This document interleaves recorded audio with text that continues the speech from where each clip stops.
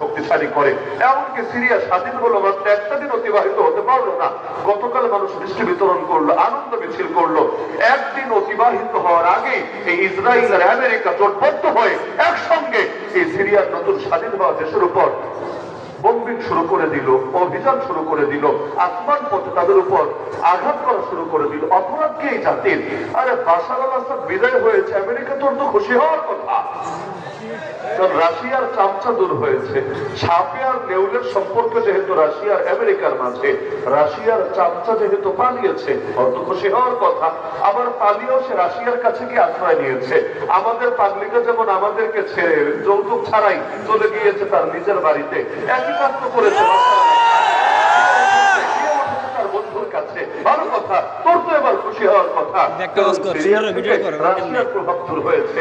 কিন্তু খুশি তো হলোই না, উল্টো আঘাত করে দিল তাদের উপরে। অপরাধ কি? অপরাধ তো একটাই, তারা মুসলমান। আরে তারা ইসলামের পক্ষে কাজ করবে, হয়তো কিছুদিন থাকলে শরিয়া শাসন কায়েম করবে।